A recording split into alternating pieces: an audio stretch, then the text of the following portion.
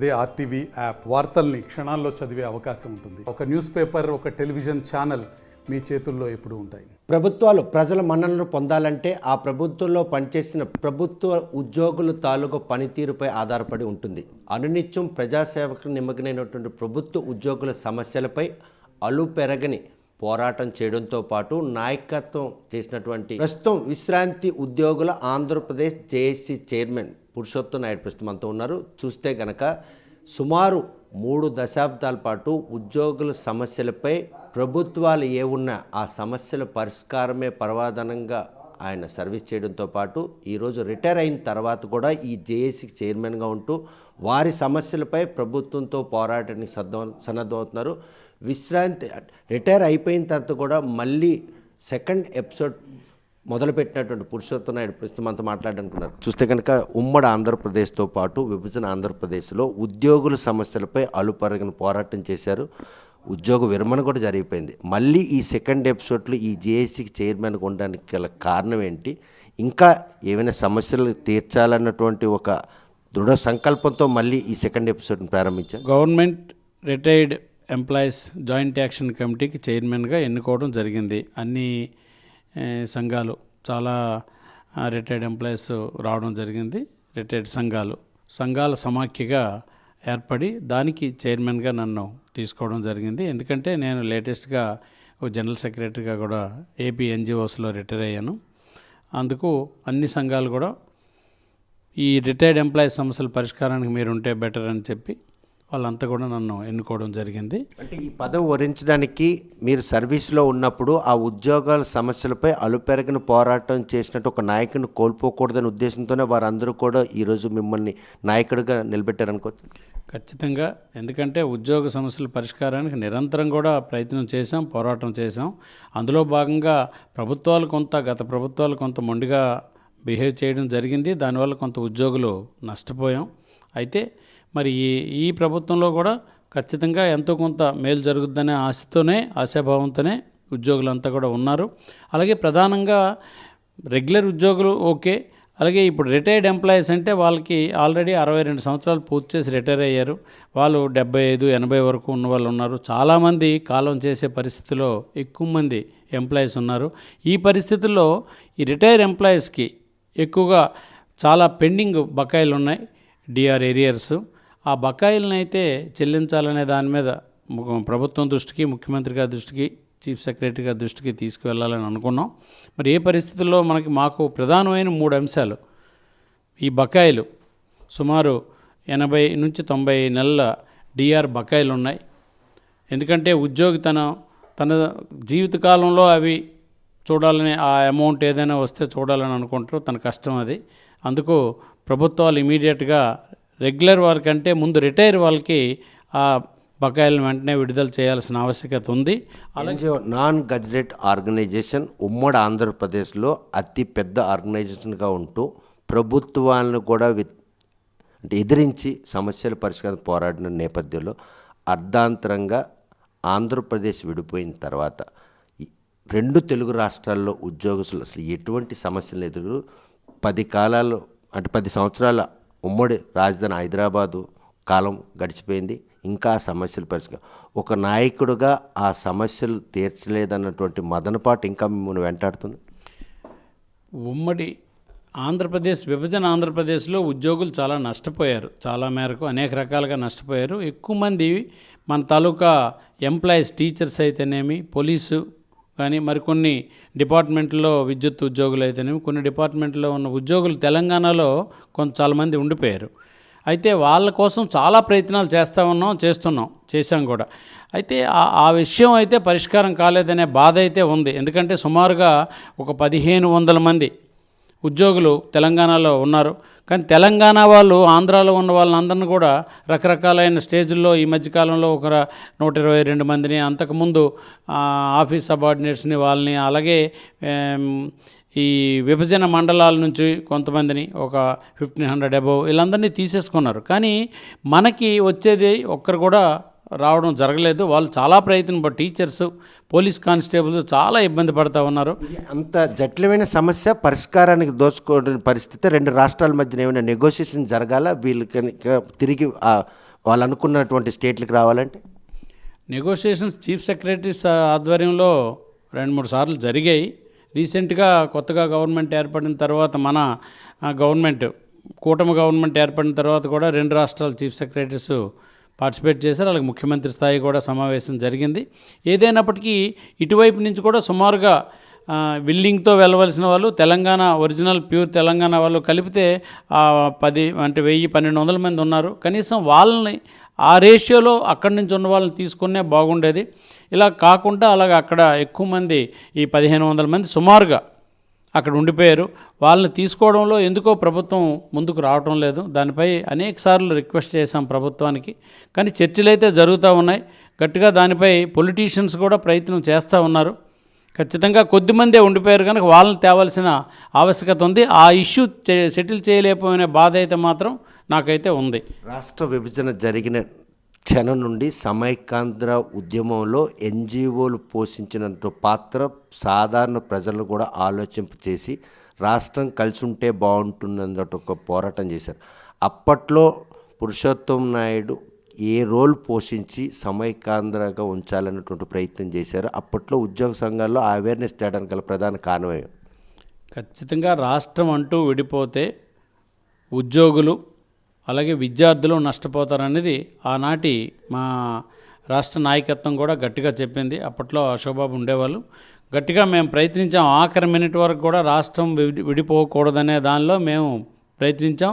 చాలాసార్లు మీకు ఇంకేమైనా కోరుకోండి, మీకేం కావాలో కోరుకోండి అన్నా మేము ఖచ్చితంగా మాకు రాష్ట్రం విడిపోవడాన్ని మేము వ్యతిరేకిస్తాం, రాష్ట్రం కలిసి ఉండాల్సిందేనే ఏకైక ఆలోచనతోనే ముందుకెళ్ళాం. ఎందుకంటే అన్ని పార్టీలు కూడా ఆ రోజుల్లో ఫెయిల్ అయినాయి. ఫెయిల్ అయిన క్రమంలో మేము ఉద్యోగులు వచ్చాం. మేము ఉద్యోగుల పోరాటాన్ని చేసాం. ఆ పోరాటానికి ప్రజల మద్దతు భారీగా వచ్చింది. అయినప్పటికీ మరి అప్పట్లో ఉన్న కేంద్ర ప్రభుత్వం చాలా దారుణంగా విభజన చట్టాన్ని తీసుకురావడం. విభజనలో కలిసి ఉండాలని మీరు చేసిన పోరాటంలో ప్రజలకు కనెక్ట్ అయ్యారు, ప్రభుత్వాలు వైపు. కానీ కేంద్ర ప్రభుత్వం దుందుడుకు చర్య కారణంగా రాష్ట్ర విభజన జరగడంతోనే ఉద్యోగులు చాలామంది పూర్తిగా నష్టపోయే పరిస్థితులు కల్లారా చూశారు. ఖచ్చితంగా ఆనాటి కేంద్ర ప్రభుత్వం తీసుకున్న నిర్ణయం వల్ల ఉద్యోగులు అండ్ విద్యార్థులు ఖచ్చితంగా ఎక్కువ సఫర్ అయ్యాం. ఎందుకంటే విద్యార్థులు కూడా అక్కడ ఎందుకంటే నాన్ లోకల్ కింద మారడం వల్ల వాళ్ళందరూ ఒకప్పుడు అంతా లోకల్ స్టేట్గా ఉండేది, నాన్ లోకల్ అవడం వల్ల చాలా ఇబ్బంది అయ్యాం. ఉద్యోగులు కూడా చాలామంది ఈనాటికి సఫర్ అవుతూ ఉన్నారు.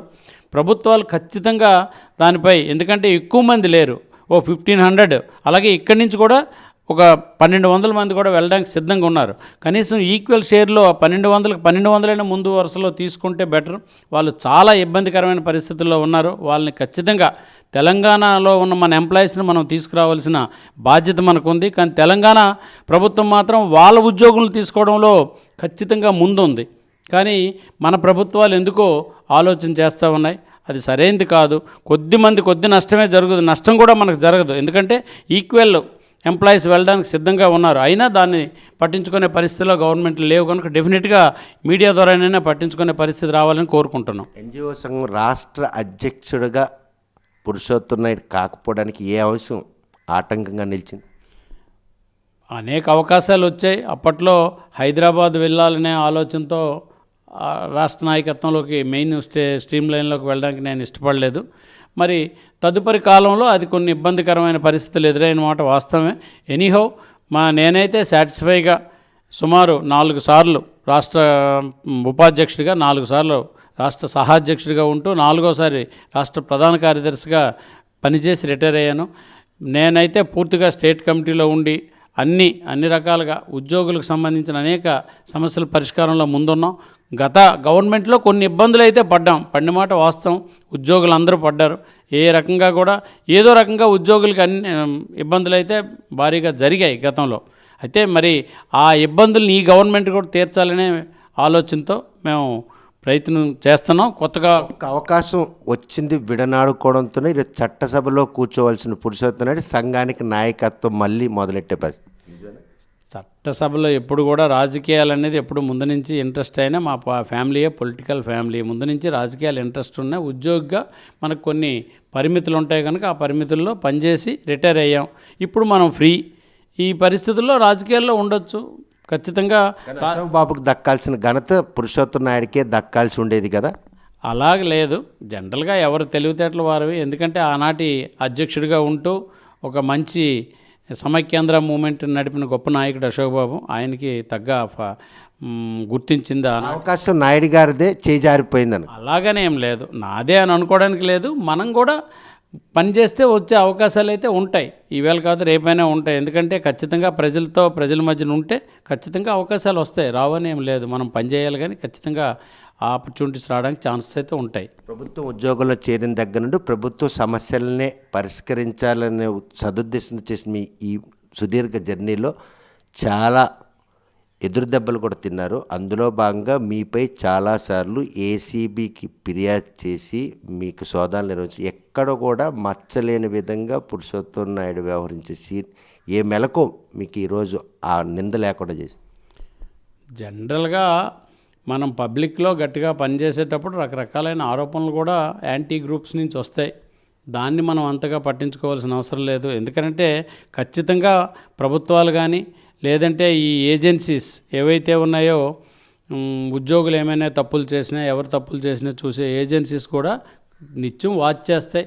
అందులో డెఫినెట్గా వాచ్ చేసి ఆ క్రమంలో కొన్ని ఇన్సిడెంట్స్ జరిగినా, ఏవి జరిగినప్పటికీ ఉద్యోగంలో చాలా సక్సెస్ఫుల్గా చేసి అన్ని రకాలుగా ఎటువంటి మచ్చ లేకుండా పడడం అయితే జరిగింది. మనం జనరల్గా ఎక్కువ ఆరోపణలో లేకపోతే యాంటీ గ్రూప్స్ ఏమైనా చేసిన దానికి కొన్ని ఇబ్బందులు పడవచ్చు. ఏ ఉద్యోగి అయినా, ప్రతి ఉద్యోగికి అవి జరుగుతాయి. ఎందుకంటే పబ్లిక్లో కానీ ఉద్యోగుల మధ్య ఎక్కువగా ఉండేటప్పుడు అలాంటివి వస్తాయి, సహజం. దాన్ని అంత ఇబ్బంది అయితే నా లైఫ్లో చిన్న జరిగినాయి. నిజానికైతే చాలా చక్కగా బయటకైతే రావడం జరిగింది, ఎటువంటి ఇబ్బంది లేకుండా. ఎందుకంటే ఆ ఏజెన్సీసే ఓకే చెప్పే విధంగా మనం బయటకు వచ్చాం. ఒక ప్రభుత్వ ఉద్యోగిగా అలుపెరగని పోరాటం చేసినటువంటి పురుషోత్తం విశ్రాంతి తర్వాత కూడా ఈ జేఏసీకి సేవలు అందించాలనే ఉద్దేశంతో చేస్తున్న ప్రయత్నంలో ఇంకా ఏ సమస్యలు ఇంకా మీ దృష్టిలో ఇంకా పెండింగ్ ఉన్నాయి అనుకుంటున్నారు?